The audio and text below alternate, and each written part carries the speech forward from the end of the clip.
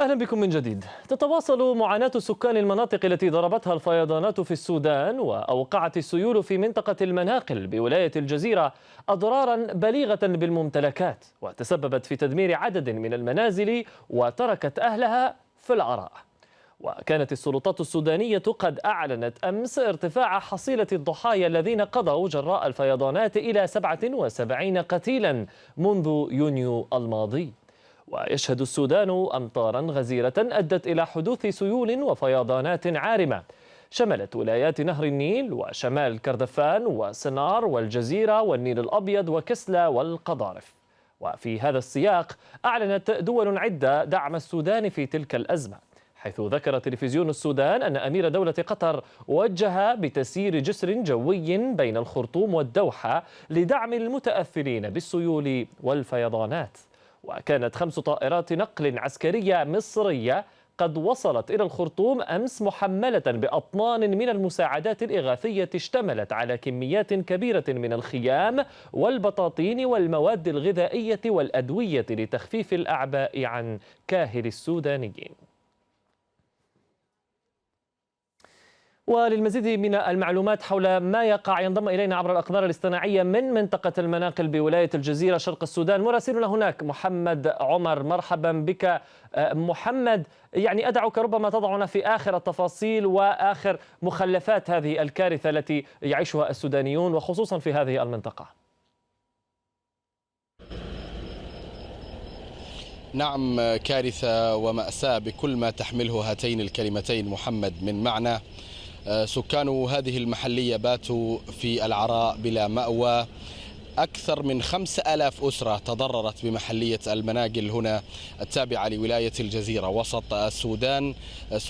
سكانها باتوا يعيشون أوضاعا بالغة التعقيد، يصفون ما حدث لهم بالكارثة الإنسانية. كنا قبل قليل بمنطقة عبود، هذه المنطقة هي أيضا تابعة لمحلية المناقل بولاية الجزيرة هنا، وهي الأكثر ضررا من بين المناطق هنا. هذه المنطقة هجرت فيها مئات الأسر وباتت بلا مأوى، ذهبت للمدارس وغيرها من المرافق الحكومية لتكون ظلا لها، وهناك من جلس في بيته واستظل بشجرة بيته وسط كذلك الركام وكذلك وسط كذلك الأثاث الذي أصبح ركاما. المنازل في تلكم المنطقة محمد سويت مع الأرض، ولم يبقى لهؤلاء السكان شيء سوى رجاء الحكومة وكذلك مناشدات كبيرة قدموها لنا من خلال الجزيرة مباشر، يقولون إنهم فقدوا كل شيء، بحوجة للخيام وبحوجة كذلك للمأوى، بحوجة للمسكن والمشرب وكذلك بحوجة للغذاء والدواء. وهناك محمد أزمة مياه كبيرة جدا تضرب هذه المنطقة نسبة كذلك لاختلاط مياه المراحيض بمياه الشرب. وهذا تقول لجنة الطوارئ الصحية هنا بالمحلية أنه ينذر بكارثة إنسانية وكذلك بيئية وصحية حال لم تتدخل السلطات المركزية لحل هذه الأزمة. كذلك هنا رصدنا كذلك الأطفال وهم يتجولون وسط هذه المياه. هذه المياه باتت راكدة محمد منذ 5 أيام وباتت تتوالد منها الحشرات والبعوض وكذلك الذباب. كذلك شاهدنا بأم أعيننا الثعابين وكذلك العقارب التي أصبحت منتشرة بشكل كبير في هذه المنطقة. كذلك هذه المنطقة قطعت حتى السبل الموصلة لها، سلكنا بأرجلنا أو قطعنا بأرجلنا ساعات طويلة من أجل أن نصل لهذه المنطقة المتضررة. كذلك المياه تصل لحد البطن وغيرها من الأمور. الوضع هنا حقيقة محمد لا يوصف، هو كارثة وكذلك مأساة كبيرة جدا جدا. والي الولاية هنا بولاية الجزيرة قال إن الكارثة أكبر من إمكانات الولاية، ويعني قال إن منطقة المناقل هذه المحلية قال إنها أعلن أنها أصبحت منطقة منكوبة ومنطقة كوارث، ودقت الحكومة هنا ناقوس الخطر وسط مناشدات كبيرة لمنظمات المجتمع المدني وكذلك للخيرين بضرورة التدخل السريع لإيواء المتضررين. دعونا نسلط الضوء على مزيد من التفاصيل من معاناة الأهالي هنا والمتضررين. معنا أحد المتضررين وهو العم ناجي. أهلا وسهلا بك العم ناجي، وحدثنا عن ما الذي حدث لكم. بسم الله الرحمن الرحيم. والله حجم الضرر كبير جدا جدا، والآن أصبحنا والله العظيم ساكنين في العراء، والناس ما لاقى موضع، وحجم الخسارة والله كبير جدا جدا. والله نحن عايشين في هذه البلدة منذ عام 50 لم تظهر هذه المصيبة الكبيرة التي وقعت بنا. الآن العربية بصمتها جابت لنا السيول، توك توك جابت لنا السيول. نحن الآن عايشين في موقف لا يعلمه إلا أحد. والآن الوضع بقى يعني المشروع فقدناه، الموى فقدناه، الشغل فقدناه، المواد الغذائية التي نعتمد عليها غمرتها المياه، أصبحت شنو في المخازن، وانتهت وانتلفت في من ضاع له 500 و300 شوال عبر هذه المخازن التي نستأكل منها بهذا الفترة، وأصبحت الآن في حوجة شديدة جدا جدا. والشيء المؤسف والمؤلم جدا جدا، هذه المحلية تصل إلينا بكفاح أحيان. يعني صراحة يعني لاقين معاناة. الناس اللي بنمشي عليهم ذاتهم أصبحوا الآن في خطر أخطر من نحن فيه. والله هدمت ما يقارب 1000 منزل، وفي 1000 منزل دكاكين بمواد غذائية كلها انتلفت. أصبحنا الآن بلا مأوى، وما في أي مسؤول ولا في جهة مسؤول جابت لنا، بل واحد مسؤول جانا قدم لنا إعانة تقدر ب10 مليار، وال10 مليار دي يعني ما قدر حجم متضرر واحد. نعم، أنا سأتحدث عن ما الذي تحتاجون إليه، لكن حدثنا عن أوضاع الأسر الآن في هذه المنطقة، أو أوضاع الطرق التي تقطعت، وكيف يمكن أن تصل لكم المواد وحاجياتكم اليومية كذلك في ظل هذا التقطع للطرق. والله في حجم الطرق أصبحنا يعني الطرق ذاتها مقطعة، شفت بيوم أعينك أن الطرق يعني عشان نصل عربيتك اللي بتغلنا بها وصلت إلى ما وصلت. الطرق ما في طريق مودي من وإلى هذه المدينة، ومدينة عبود مدينة كبيرة جدا جدا، والسكان حولها كثير جدا جدا. فالأضرار الآن المشروع فقدناه، المشروع الذي يعمل لنا الموقف حق غدا.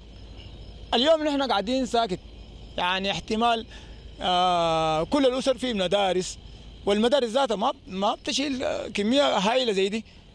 الأطفال مشردون، شوفنا بأم عيوننا الثعابين، الحشرات الضارة، والصرف الصحي حدث ولا حرج. نحن ما في حاجة نقدر نقولها غير أنه نناشد ودايرين يعني كل الحكومة والمنظمات العونية والإنسانية كلهم على أساس أنه يقفوا في هذه المحنة، والمحنة والله كبيرة. والمياه هسه الآن يعني متضررين منها هسه. ماشى الناس اللي قاعدين معاهم عشان يحمونا، نتوقع يعني بعد نص ساعة ولا ساعة تيجي مطرة، أو السيول الجاية ماشية علينا أكثر من الفاتت. فنحن يعني أصبحنا الشغل ده أصبح الآن كل شيء مفقود. البهايم فقدناها، اللي بتدينا الشغل فقدناها، الأكل فقدناه، الشراب فقدناه، يعني المخزون الاستراتيجي الخاطة الأسر البسيطة الضعيفة عشان تتغذى به فقدتها. فإلى أين نلجأ؟ إلى أين نلجأ؟ نلجأ وين؟ إذا كان أنا مزول بيجي يديني 10 مليار، وال10 مليار دي ما تساوي حجم مشكلة واحدة، والمشاكل عدة. المراحيض أصبحت الموية تلفانة، الإسهالات النزلات المعوية أصبحت كثيرة، الأطفال، العقل. أنت ذاتك الطفل، أنت الماشي ده الموية الصحية، الموية غير صحية. كل المراحيض أصبحت الحابل مع النابل، الموية زائد المراحيض زائد الشيء تكسر الحافلات الوين. طبعا كل منزل انهار تماما، يعني المنازل كلها انهارت، ما في شيء نلجأ له. نحن نشهد الله سبحانه وتعالى يفرج علينا هذه المحنة، ونناشد اخواننا المسؤولين. اذا كان يا جماعه نحن في محنتنا دي بدون 10 مليار، ونحن جزيره، ونحن الداعمين الاولى للجزيره. نحن يعني منطقه بتغذي الجزيره بالاف مكرره لهذه الولايه، بندي المناقل الاف مكرره لهذه المحليه، ونحن يعني الشيء اللي ضررنا منه والحجم بتاع الضرر والله لا يساوي. نتمنى كل الاخوه المسؤولين سواء كان في المحليه او المنظمات العونيه الانسانيه تقف في هذه المحنه. أنت ناشدت المنظمات وكذلك ناشدت الحكومة المركزية بضرورة التدخل السريع، لكن فصل لنا عن حوجتكم، ما الذي تحتاجون إليه فعليا الآن في هذه الأوقات؟ في الوقت الحالي نحن نحتاج للخيم، الخيم الذي نأمن بها موانا، فدايرين المساحة اللي بنستظل فيها هذه الخيم، دايرين المشمعات، المواد الغذائية. الآن المدرسة فيها 8 فصول مثلا، ما يعني 1000 أسرة دي فيها أي أسرة نحللها نلقاها فيه 15 نسمة أو 20 نسمة. يا ترى 32 فصل أو 16 فصل بيستوعب أن كل الزحمة الكبير ده؟ ما ممكن. لكن دايرين الخيم، دايرين المواد الغذائية، دايرين الدواء والدواء أكتر. نحن أصبحنا لو كنا صايمين الأطفال ما حيصوموا. نحن دايرين الدواء ثم الدواء، ودايرين بالذات ناس الصحة. بناشد من هذه المنطقة، من هذا المحل، ناس الصحة يجونا ويشوفوا كل مصايبنا. يعني نحن الليلة إذا كان الثعبان بيجينا والعقارب والحيوانات الحية اللي ما شفناها قبل اليوم ظهرت لنا، نحن ما بنتكلم عن بكرة، نتكلم عن الليلة فاقدين الغذاء وفاقدين الخيم. عشان الواحد ياخذ، لو لا الله لا قدر، نتمنى حوالينا ما علينا. نتمنى المطر الفترة دي يقف شوية، ونتمنى انه الحكومة بالضبط كده الحكومة تقف معنا. نحن الحكومة وقفت معنا صراحة. إذا كان المدير الإداري بيجي بعين ويكشف في المويه كده ويفوت، المدير التنفيذي بيجي بعين ويفوت، نلتوي نحن ونكتوي بالنيران دي. النيران دي خلاص اكتويناها اليوم السابع، لم نرى شيء غير 10 مليار جاتنا من اخونا الطاهر حجر مثلا. شكرا. الله يديك العافيه. شكرا جزيلا. يديك العافيه. إذا محمد، يعني يوما بعد يوم تتفاقم معاناة السكان هنا في هذه المنطقة، منطقة عبود الأكثر ضررا من بين القرى المتضررة، والتي تقول السلطات الحكومية هنا إن أكثر من 17 قرية تضررت ضررا واسعا إزاء السيول والأمطار التي ضربت هذه المنطقة. كذلك بولاية نهر النيل ما تزال المعاناة تستمر جراء السيول والأمطار التي ضربت تلكم المنطقة. اليوم بدأت المساعدات العينية بالوصول. جمعية قطر الخيرية قدمت قافلة قادها السفير القطري بالخرطوم عبد الرحمن بن علي الكبيسي، والتقى مع عدد من المتضررين في عدد من المناطق، من أبرزها منطقة المكيلاب والفحلاب والمسيد وغيرها من المناطق. وقدمت قطر الخيرية في هذا اليوم عدد من المساعدات الإيوائية للمتضررين هنا في ولاية الجزيرة. يناشد مجددا المتضررون بضرورة التدخل السريع لإنقاذهم وضرورة دفع ما يصفونه بالبلاء عنهم، وكذلك يناشدون جميع الأطباء بضرورة التدخل السريع وتسيير القوافل الطبية والعلاجية من أجل درء الكوارث الصحية عنهم. نعم، تفضل محمد. وأشكرك محمد عمر على نقل كاميرا الجزيرة مباشرة وميكروفون الجزيرة مباشرة، على عادتك لنقل أصوات الناس وأصوات الشعب السوداني. أشكرك جزيلا محمد عمر على هذه الإفادة وعلى هذا الحوار من إذن داخل ومن وسط هذه الأزمة والكارثة التي يعيشها السودانيون لليوم السادس الآن. للمزيد ربما من التفاصيل الأخرى الإضافية الطبية المحيطة بهذه الكارثة ينضم إلينا عبر الهاتف من منطقة المناقل بشرق السودان الدكتور طارق مبارك، وهو مدير مستشفى الأطفال بمحلية المناقل وعضو غرفة الطوارئ بمحلية المناقل. مرحبا بك دكتور. في البداية يعني أريد أن أعود إلى ما تفضل به مراسلنا هناك محمد عمر وضيفه كذلك. تحدث مراسلنا عن وضع مرتبط بالمياه الراكدة التي الآن توفر عددا يعني مهولا من الميكروبات، من البكتيريا، من حتى الحشرات. يقول إنهم رأوا ثعابين وعقارب والأطفال يلعبون في هذا الجو أو على الأقل يتمشون في هذا الجو. ما هي أولى الحالات الطبية المرتبطة كذلك ب يعني تدهور الأوضاع الصحية جراء هذه الفيضانات؟